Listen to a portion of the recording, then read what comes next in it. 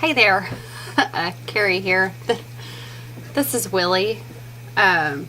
He's like the biggest chihuahua I've ever seen. I love him a lot. The other day I was holding him. I was standing up outside, standing on the driveway, and he jumped out of my hands, my arms, and fell and hit his head on the concrete, and it made me feel really bad. And he was like doing like this. And I was like, oh, poor baby. But yeah, this is a chihuahua. Can you believe that? Big. He's big, ain't he? Huge. He's a big boy. He's a big boy. I don't really like it when they lick my face a lot because they like to eat cat turds. But I love you. I love you. Okay, I'm gonna put him down. Okay, so hi. I wanted to touch base on something I did last night, a video that I did last night about my biggest fear, my biggest what was it that I called it? I got a crook in my neck this morning. I didn't sleep hardly at all last night. I had, once again, my mom bought a pecan pie, and I went in there. Since I'm allowing myself to be vegetarian and not vegan, I made the mistake of eating 2 pieces of pecan pie. Well, that might not seem like too big of a deal to some people, but I felt absolutely horrible. I mean, it was like and it's like I think I could feel my blood pressure just going up, but it's like the pressure in my head, and I could hear my own heartbeat. I couldn't sleep at all last night, so I'm working on about 2 or 3 hours of sleep. But what was it that I called that video? My biggest struggle since my awakening began, or something like that. I'm paraphrasing. Okay, so You want to go outside? yeah, I do want to go outside. My mom's talking to the dogs. Okay, so yeah, the biggest struggle was my fear that I would lose my daughter. And you know, I go into detail about a little bit about that in that video. But okay, excuse me. I always have frogs in my throat in the morning. I think it's because I smoked for a long time, and I'm just still, and my mom smokes in the house, so I'm like constantly. And today I have a chocolate smoothie instead of the spirulina. Well, I already had a spirulina smoothie this morning, but this is my protein shake. And my cousin gave me the chocolate because I'm done, pretty much done with chocolate at this point because it has lead in it. But I'm like, well, she gave it to me, and so I'm drinking it. But yeah, so that's what this video is about, is a little update. And it's funny, the timing, the synchronicity, because I did that video last night just to kind of get that off my chest. And I also mentioned yesterday that I was going to go to church. And the reason I was going to go to church, I'm not a Christian, I'm not religious, and I'm not going to be. That's the weird thing for me, because I got I had a dream, and I think I said it was a voice in my head. But it wasn't just an actual auditory voice. It was a dream, and I remember that it was a dream. I dreamt that somebody clearly said, go to church, and I had asked the night before to communicate with my guides. So I did, you know, I'm like, okay, well, I'm going to follow that. I'm going to do that. Carrie, you need to clean this up here. Okay, I'm doing a video. I told her I was doing a video. I don't think she remembers. She just keeps... One time I was doing it, I was in here talking, doing a video, and she comes around the corner and she's like, who are you talking to? But anyway, I feel kind of sporadic today. That's sugar, man. I gotta be careful with that sugar. And the eggs, I don't Anyway, but the synchronicity, okay, leading me into the church today. There's a lot of synchronicities about like the location of the church, the distance it is from my house, the number of and mileage that it is has a significance to me. With the numbers, of course, stand out. I was going to go to a different church because I didn't think that one was open, and I passed it, and then the other church I went to didn't start till 11, so I'm like, okay, so I turned back around, and I know that I did the right thing because, well, there was a talented guy named Michael Knight playing with his guitar. He was singing. It was really good.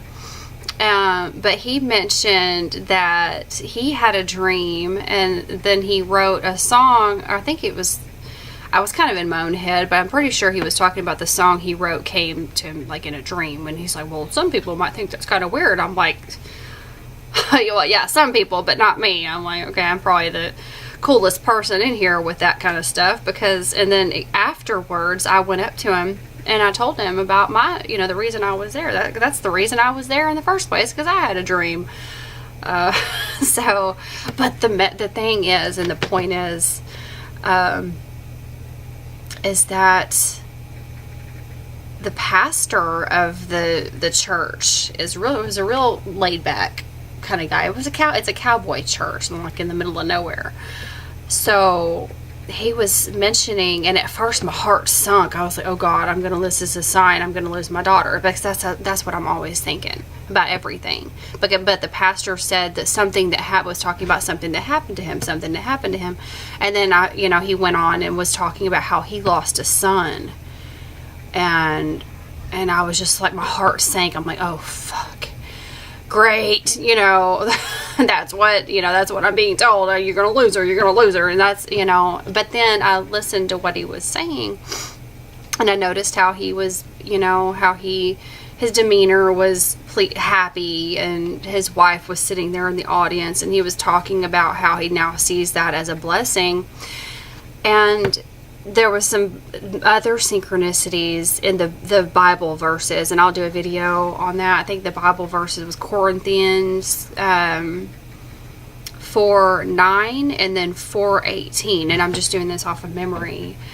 But Corinthians, if you've seen my other videos, or one of my other videos, or I mention the sound of words, okay, I hear 4 words when I hear Corinthians, and somebody might think of that or hear that and be like, what, it's crazy. Well, that's go look at my other videos if you think that's crazy. So and then the numbers, I hear, and I'm just going to say it, I hear core in the ands. Okay, the name Ann has a very special significance for me. And so core and the ands, I mean, that's what I hear. So if that's what I hear, I can't be incorrect. It's what I'm experiencing when I hear certain words. But okay, so Corinthians, and then the numbers of the verses that the pastor was speaking, and it was like he was talking just to me.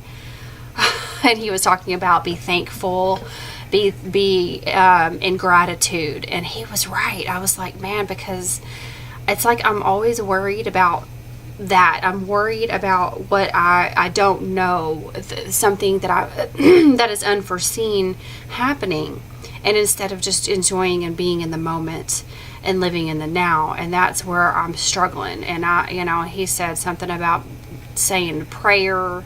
And, giving thanks to, he said Jesus and God, which, I have a very different view of God. I see it as not necessarily that I'm knocking what they believe. I'm just saying that I feel like that's in here, that we have guides, that God is a source, and the God in the Bible is a very masculine energy. There's never any mention of mother or feminine, she.